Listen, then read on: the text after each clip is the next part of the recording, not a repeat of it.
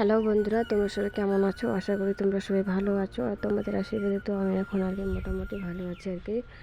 তো দেখো, এখন আমি স্নান টান করে চলে আসলাম সোজা রান্নাঘরে। আর রান্নাঘরে এসে দেখি মা আমার জন্য আর কি ভাত আর কি ইসে করে রাখছে, উঠিয়ে রাখছে। গামলার মধ্যে ভাত রাখছে, আর ওখানে হচ্ছে রেখেছে আলু আর হচ্ছে ঝিঙে ভাজা করেছে, আর করেছে হচ্ছে মাগুর মাছের ঝোল, আর হচ্ছে পাতলা করে মসুর ডাল।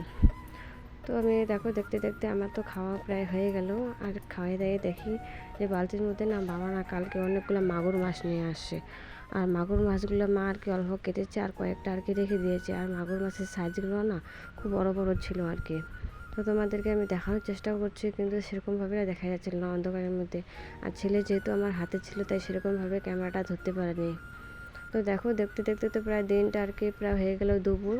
তো দেখো এখানে বানিয়েছে মা আলুর বড়া। আর মা আমাকে ডাকলো যে গরম গরম আলুর বড়াটা খেয়ে নাও। তো আমার ডাক শুনে আর কি মেয়ে আর কি দৌড়ে আসলো। তো মেয়েকে লাগবেই বাটিটা, তাই মেয়েকেই দিয়ে দিলাম। মেয়ে যেহেতু আর কি বায়না করছিল, তো মেয়ে আর কি গরম, দেখো গরম বাটিটা কিন্তু গরম আছে, বড়াগুলো খুব গরম। তাও মেয়েটা আর কি ধরে আসে ওখানে। তাই আমি মেয়েকে বললাম যে চলো বারান্দার মধ্যে বসি, বারান্দার মধ্যে বসে আর কি খাবো। তো মেয়ে আর কি যাচ্ছে, আর আমাকে পেছনে বলকে মা আসো আসো, মা আসো। তো মেয়েকে আমি এখানে বসতে বললাম। তো মেয়ে আর কি বসে খাওয়া আর কি শুরু করে দিয়েছে। আর দেখতে দেখতে বেজে গেল এখন, দেখো প্রায় সন্ধ্যা হয়নি এখনও, এখন বাজে বিকেল 4টা। আর বাইরে না খুব বৃষ্টি পড়ছে। আর ভাই নিয়ে এসেছে বাজার থেকে খাসির ষাট মাংস। তো ভাই আমাকে বললো যে দিদি রান্নাটা তুমি করো। তো আমি আর কি করা যাবে বলে কি ভাগনাকে আমি দেখবো, তুমি রান্নাটা করে নাও। তো আমি আর দেরি না করে রান্নাটা বসিয়ে দিলাম। আর কি সেরকমভাবে কোনো বাটাবাটি করি নাই, রসুন পেঁয়াজ সব কেটে কেটে দিয়ে নিয়েছি। তো আমি রান্নাটা শুরু করে দিয়েছি।